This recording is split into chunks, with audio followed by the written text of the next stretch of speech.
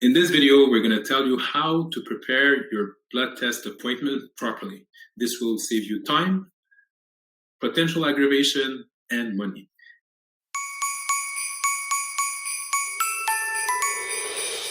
Good afternoon, everyone. I hope you're doing great. So in this video, I'm going to share you some information on how to prepare your blood test appointment. First and foremost, the most important first step is to send a copy of your requisition. Whether you're doing your blood test at a pharmacy or your blood test at home with us, to send the requisition to the pharmacy or to us is extremely important. There's a few information that we need to look at when we get started. The information number one is your information, your name, last name, RAMQ number, and so on are properly legible and written on your documentation.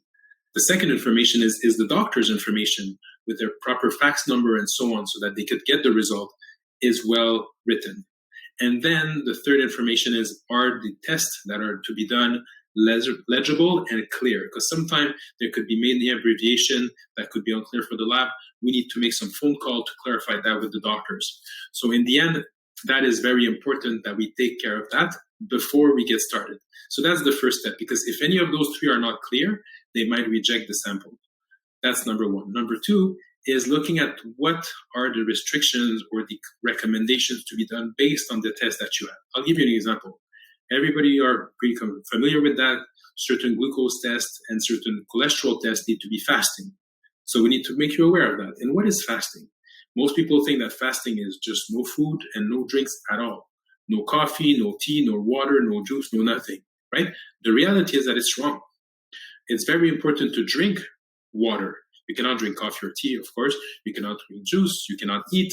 But drinking water 30 minutes before your appointment is extremely crucial so that you could have properly hydrated veins so that it makes it easier for us to do the collection for you. So that's number one. But there's also other things like not having iron 12 to 24 hours before your appointment, depending on the test that you have. Some tests require you not to take vitamin C. Some tests require you not to drink any alcohol 48 hours before your appointment. Some tests require not to eat seafood before your appointment. So there's different types of tests and different types of reasons that allows us to give you the proper information so that you could prepare yourself properly. There's also some odd tests, not odd, but less frequent, let's say it this way, exceptional tests that exist that require material that people don't usually carry on hand. I'll give you an example. 99% of the tests are, yellow tube and purple tubes. But sometimes you might need a dark red tube, which is something that you use 1 out of 10,000 people. And you need to have access to that. So if we don't have that in advance, the nurse might not have it on hand ready for you. So that's very important to prepare for that. Some other tests requires you to get some supplies in advance to prepare a sample in advance. And there's 4 tests like that. There's, 3 types of stool tests, like the stool culture, eggs and parasite, the fit test that would require for you to prepare a stool sample. This is not something that you could actually time with your appointment, so you need to prepare that in advance. There's also the urine 24-hour urine container that you need to prepare. This is not something that you could fill. Like, this is a 24-hour urine container. This is not really something that you could fill on the spot at your appointment. You actually need to carry 24-hour of urine. So you need to get that in advance in a pharmacy nearby where we work. And then you can have your supply. And then you can prepare it for your appointment that we'll do at home, or that you will bring your container at the pharmacy at your appointment. And this is very important. And the reason why it's important to do it in advance is because we want to save you money. The way it works with the hospital or even the private lab, but the hospital mainly, is you get charged, or we get charged, every time we send a sample. So if you prepare your samples in advance and you bring it the day of your blood test collection and we send everything at the same time, you will get charged one time. And we don't want to have the nurse to have to go back to your house or send the sample 2 times if you go to a pharmacy. In the end, it will just have you pay twice for the same test. And it's not something that we want. Another thing, so I hope that makes sense to you, we want you to have the most affordable, accessible service, right? We don't want you to pay for nothing. It doesn't serve us any purpose. It doesn't serve you any purpose. So that's very important. That's why I want you to prepare in advance. And the other thing also that could be taken into consideration is because there's actually 3 types of services for blood tests, and it depends on what you want. It is always your choice. What I mean by that is that you can do public service. So we send the tubes to the hospital, and you could do the private blood test.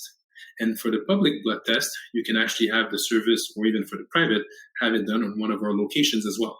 Well, for the public service, as you know, most of the time, or 99.9% of the time, it is less expensive for you to go in a pharmacy than it is to have a home service for blood tests when it comes to public.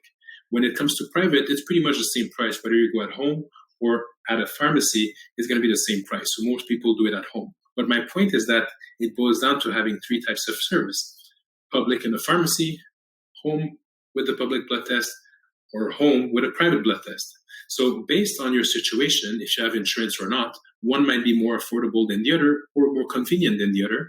And we want to explain to you the choices so that you can make an informed decision and see what's best for you.